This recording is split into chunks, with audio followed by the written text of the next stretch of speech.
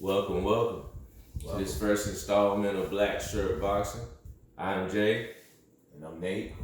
So what's going on? Let's get right into it. Let's talk about the fights last night. March 30th, 2024. Right.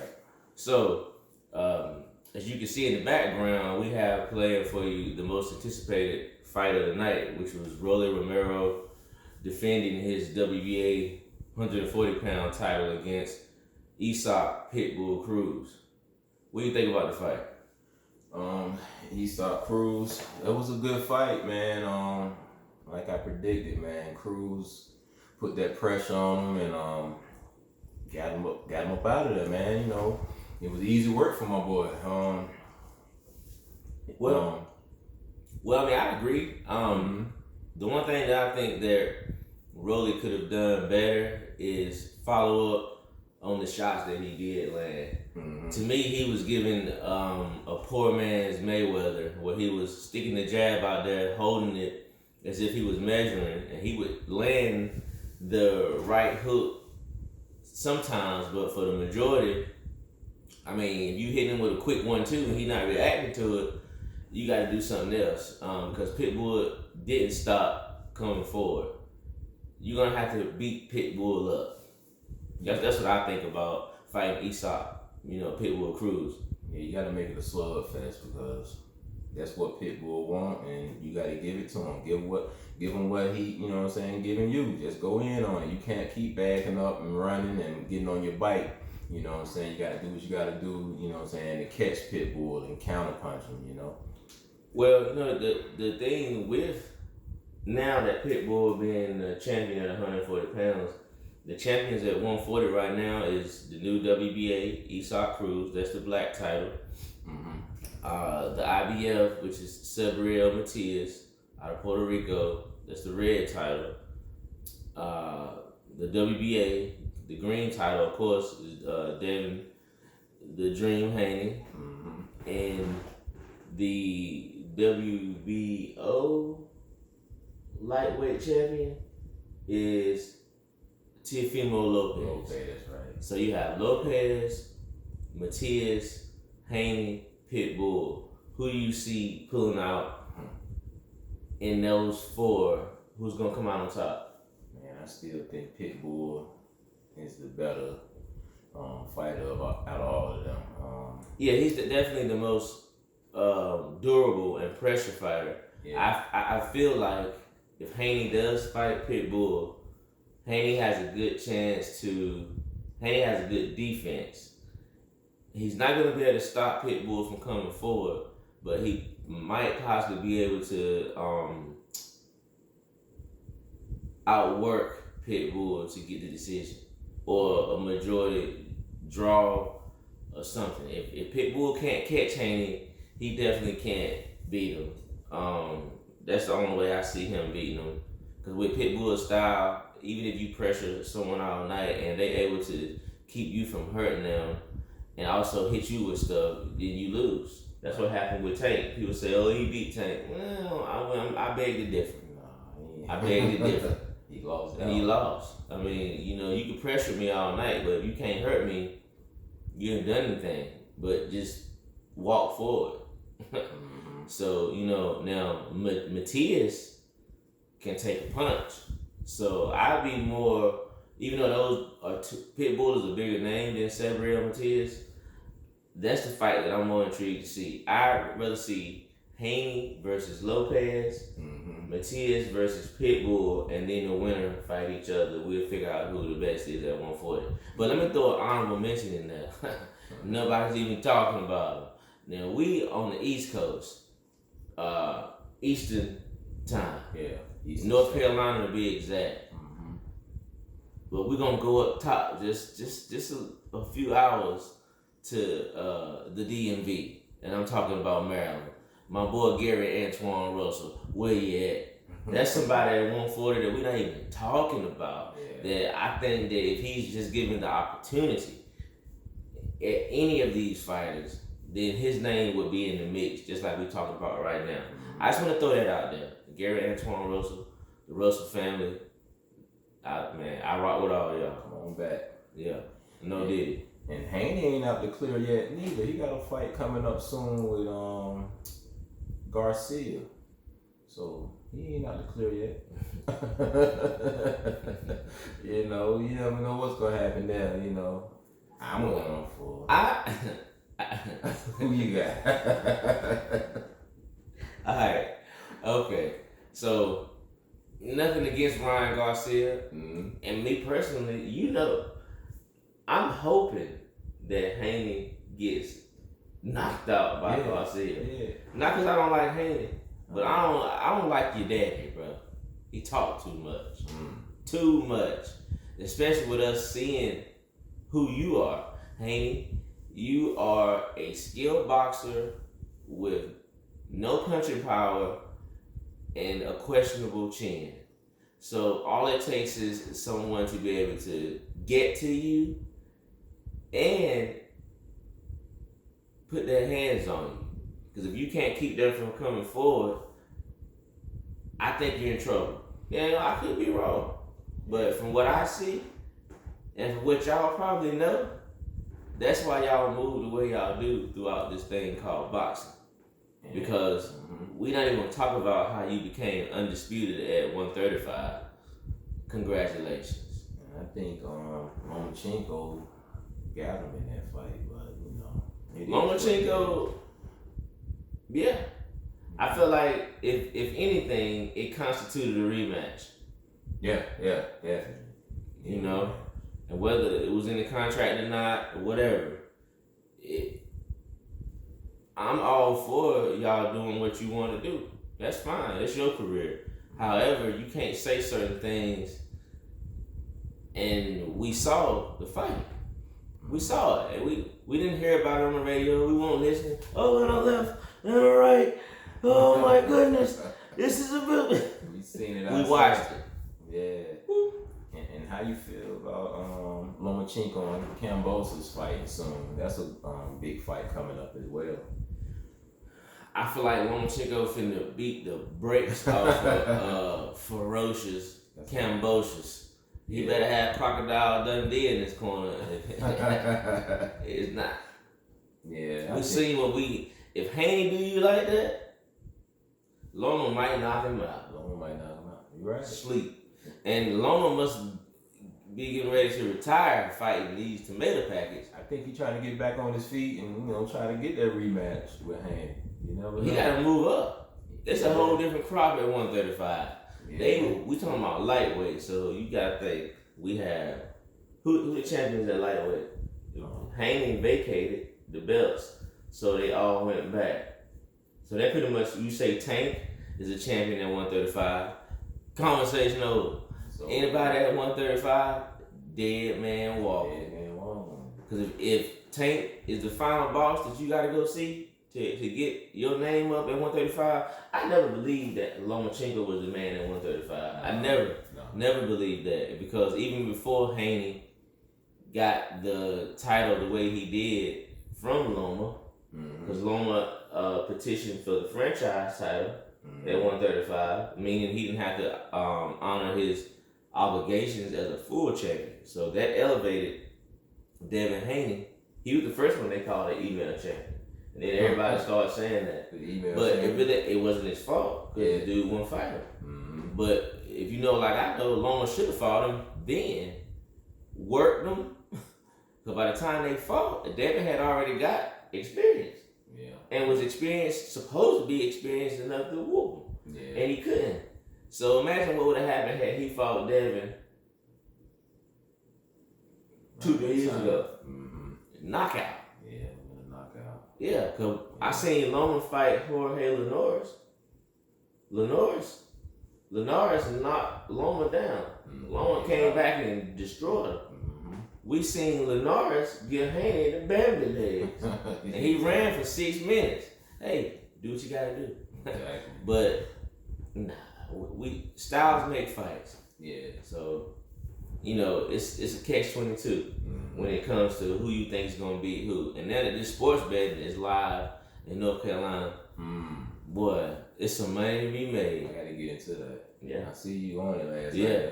FanDuel, DraftKings, ESPN bets, they all coming. But me personally, I'm a fan of FanDuel. So if you're a fan, let's do it. so we're gonna give the rundown on the undercards last night. Okay. We had Sahara Bahachu defeated Brian Mendoza last night. Man, that was an excellent fight. I was high on Brian Mendoza when he knocked out Fundora, and then he got beat up by Tszyu. But this guy, Sahiri, what was it? Bahachu.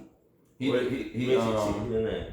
Right. Because I remember saying, Bahachu. Sahiri Bahachuk. Sahiri Bahachuk. Hey, 154, Sahiri Bahachuk. Hey, he a white Ukrainian Pitbull with long arms and can take a punch. Yeah. So if you gonna fight Sahiri Bahachuk, you better be ready. Hey, look, what's his record? He won. They ain't got his record. He won unanimous decision. Man, he beat the brakes off of Brian Mendoza. Yeah. Brian Mendoza. If you look at the end of the fight, his cheek was swollen out like he got bit by a bee on one side. Now, I ain't gonna say a punch did it, but he was bleeding. The punches did the blood. If you look closely, if you watch the fight, just like the main event with Tszyu and Sebastian Fundora, where Tszyu ran into Fundora elbow, which put that cut on his head, which ultimately cost him the fight, in my personal opinion. You know, it allowed. Well, I'll get to that, but Sahiri Boachuk, Mendoza, Boachuk was defending, and Brian slipped, and his face hit that joker elbow. But them constant jabs and crosses, man.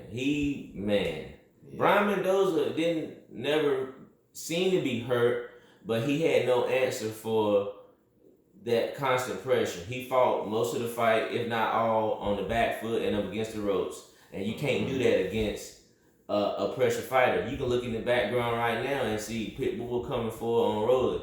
He put that stick out, but he's backing up to the ropes. He's not taking control. You have to push a fighter like that back, or they're gonna end up stealing the rounds. Right. You're right about that. So the next fight was Julio Cesar Martinez. He defeated Angelo Cordova via majority decision. That was a good fight. There was a lot of bravado in that fight. A lot of bravado, hands down, punching. Cordova got hurt a lot. That's what caused him to fight, because he was fighting too cocky. This was for the flyweight championship in the WBC. I think it was 111 pounds, somewhere down there, smaller weight classes. It was flyweight, I do know. Good fight. Martinez, the champion, he defended his belt, did what he was supposed to do. Congratulations to him. So, and Erislandy Lara defeated Michael Zarifa. Now, his second knockout. He knocked him out in the first round. 40-year-old. Yeah. Look, I mean, listen, they were asking him, how much longer do you think you're going to do this? He said, we take it year by year. I feel good right now. This was earlier in the day when they were doing the interviews. This was the first time, and I like how Amazon shot this. It came on earlier when I was at the barbershop. I was cutting and we had it on in the shop. They had a ring set up in like a hallway. So all the fighters came down a staircase, did an interview in the ring, a little smaller ring, and then they did a little workout for about maybe 2 or 3 minutes, just to show the fans they could be able to, whatever. Yeah. Then they left. So, I just like the whole presentation that Amazon, Prime is taking with PBC. Yeah. 'Cause I'm a PBC fan. I'm a boxing fan as well, but when I watch boxing, I prefer to see Premier Boxing Champions. Even though we will be covering the Zone and Top Rank, I just like how PBC do business. don't like it, fight me. So we went to the Isaac Cruz and defeated Orlando Romero. Oh, no, I forgot. Erislandy Lara, 40 years old. Okay, yeah. Okay, first round stoppage. The only one of the night. Second round. It was early. Yeah. I tell you how I know it was early, because I was moving around thinking it was going to be a boxing contest. And I missed the fight. I need to go back and watch it. I heard it. I was audible. I had it on, but I wasn't watching. I was fixing a part of my dishwasher. Because that's what we do. Real men. We multitask.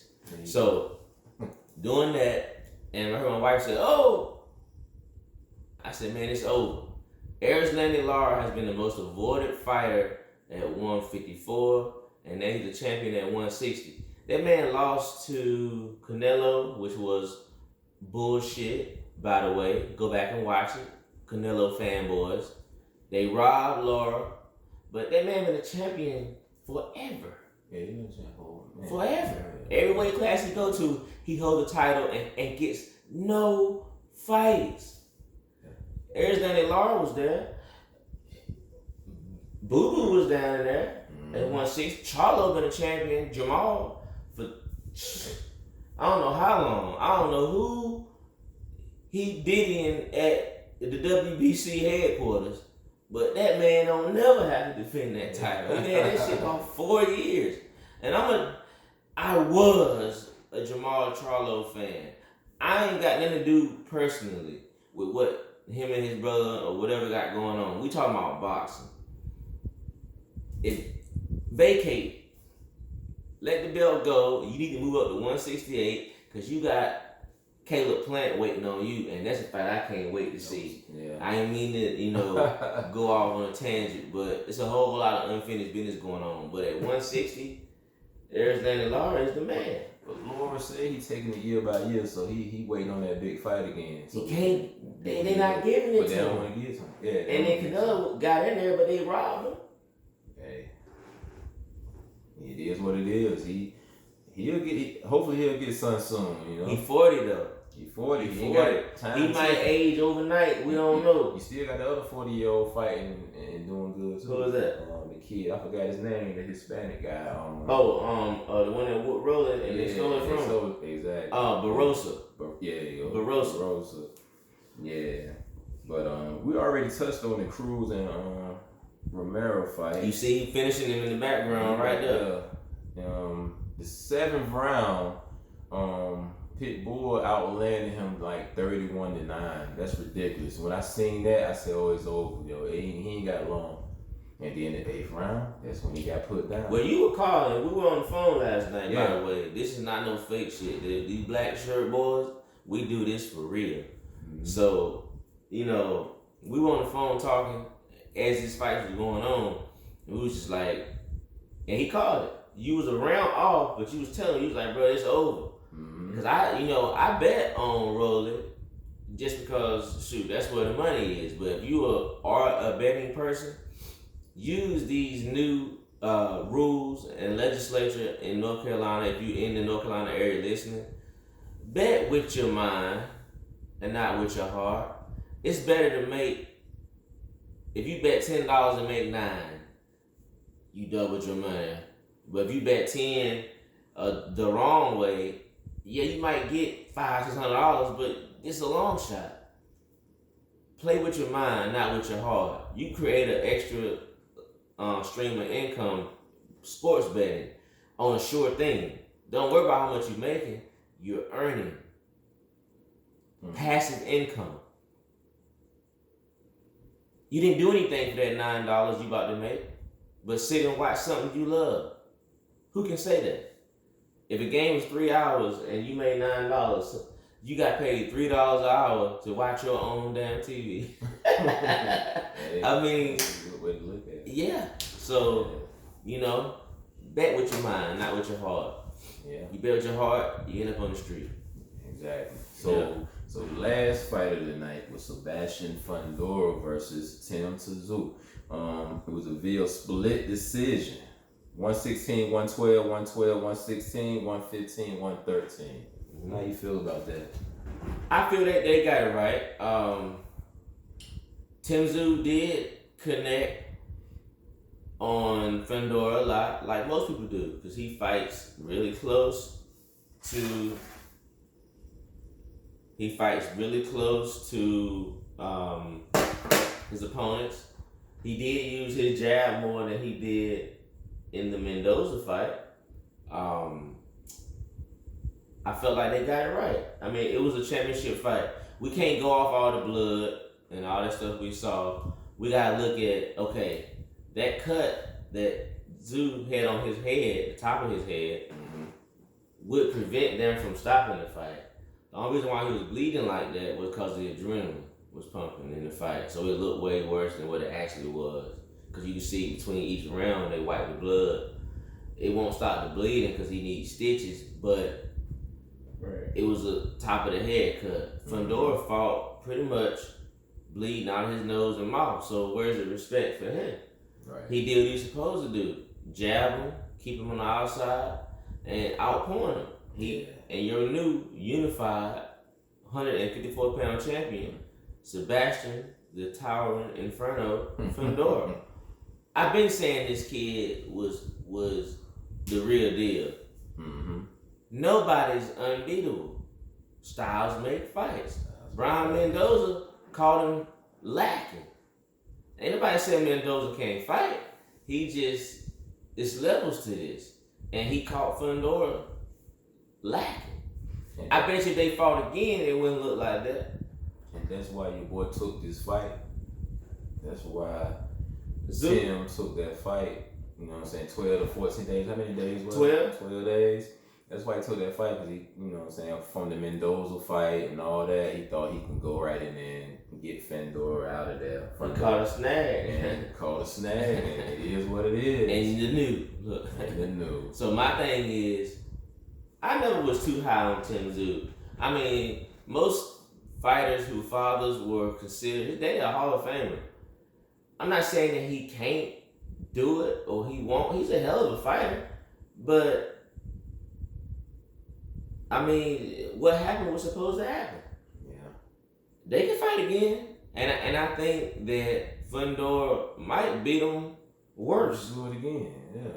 You know, he got that jab sticking in his face like that. That's it. Ain't nothing he can do. Ain't nothing he can do. He can pot shot me all he want, long as I stay focused and I did my camp.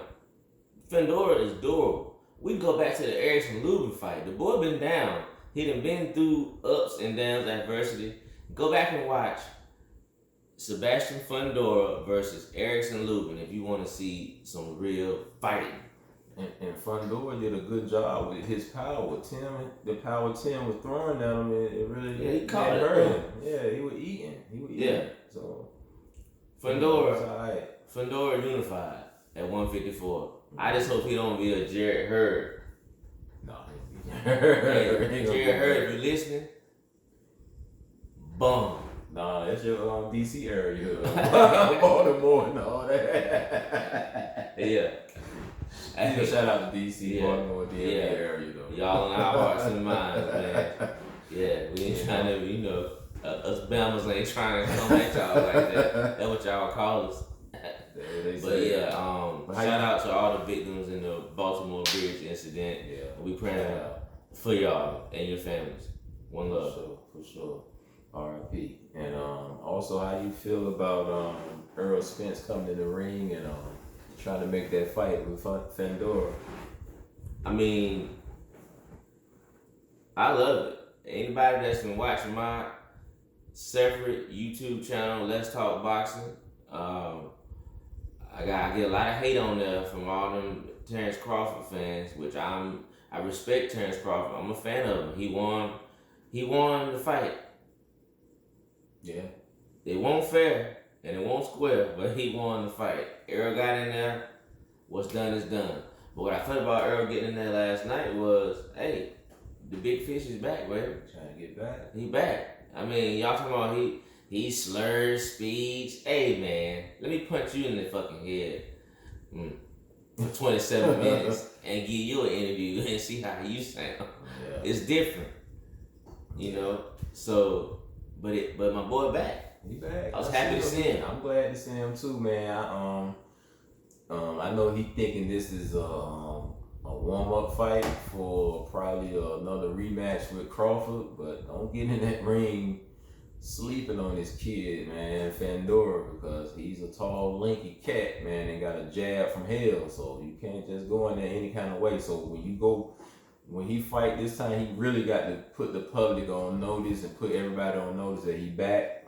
I want to see the big fish win, and hopefully we can see that rematch with him and Terrence Bud Crawford. Yeah, but that's if Crawford comes up to 154, if Spence beats Fundora and they want to do it again, Crawford, you got to come right up immediately. You don't get no fights at 154 to get ready or help. No. Put the 7 pounds on and come up, because we got to see the real. And we can rewind all the way back to 147 when Crawford came up from 140. Crawford knew what he was doing. He waited years. Earl was already struggling to make 147 when he won the belt against Kell Brook in 2017. Yeah. He was a big welterweight then. He hung around for another 6 years and let Bud fight at 147. People don't understand. And RIP to Roger Mayweather. Hashtag. Most people don't know shit about boxing. He let that man get himself together for 6 years, 72 months to get ready for a fight with him. So this is before the accidents and everything else that people would try to act like didn't happen. I want to know what the Spence that beat Kell Brook would have looked like against the Crawford coming up to 147 that beat Jeff Horn. So I would wanted to see, I don't know the timeline right, so for all the people that's going to watch this video when we drop it, you can do it and let me know in the comments and let us know. Right. When Kell Brook lost the title to Earl in 2017, how long was it before Bud moved up and won the WBO from Jeff Horn? That's the time we should have seen them coming together. That should have been the fight right around that time. Because we got to think, Earl wasn't supposed to unify against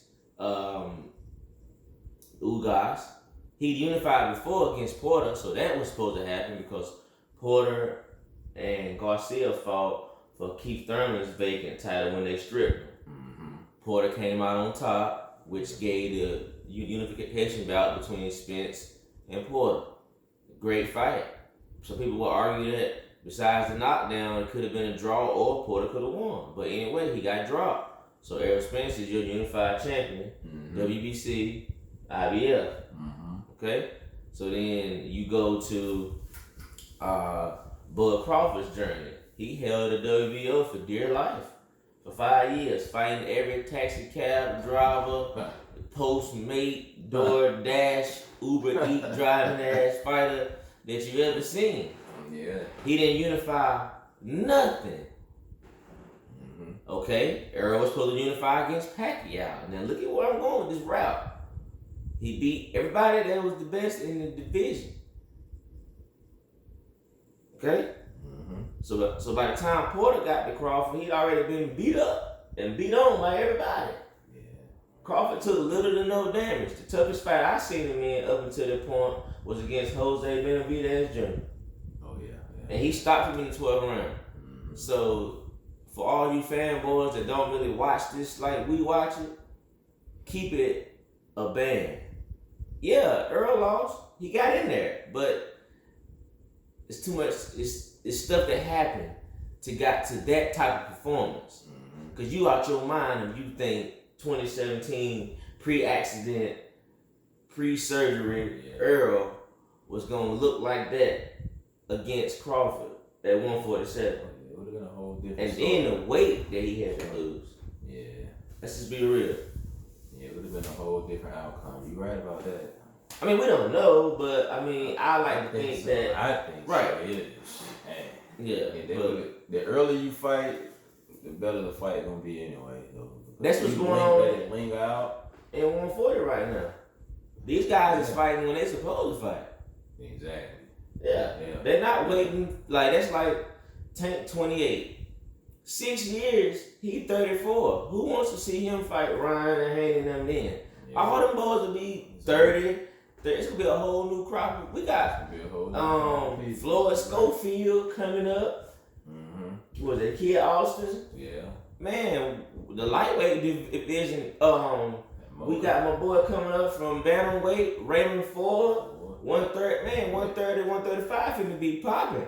Mayweather boy out there, Mogan. Carmel Mogan, and he a lightweight already. Mm-hmm. So he's 17. You know he gonna be a welter. He gonna be. Ooh, he got some. Hey, he's 17. Man. So he a baby. He got a good career coming. Could be my boy. Ahead of him. Yeah. Could be my son. Yeah. I wish he was my son. Yeah. I'd be worse than Bill Haney. I know that's right. I know that's right. Be worse than Bill, talking crazy every day. Shout out to AB. Somebody get AB a shot at 140, man. Stop running from that man. Get him off Instagram. Get him in the ring. Don King. Yeah, get him a fight. Don King no more. I don't know. He owed Don some money then, because I said, Don, you don't walk away from Don King. Nah. You got that old sign. I hope he get in the ring too. I want to see him too, man. Fun. You know? And I think that'll all do it. Yeah. Okay. Well, listen. We appreciate y'all for listening to us. If you like what we're doing, hit the like button. Definitely comment, and most importantly, subscribe. Exactly. This is Black Shirt Boxing, and we out.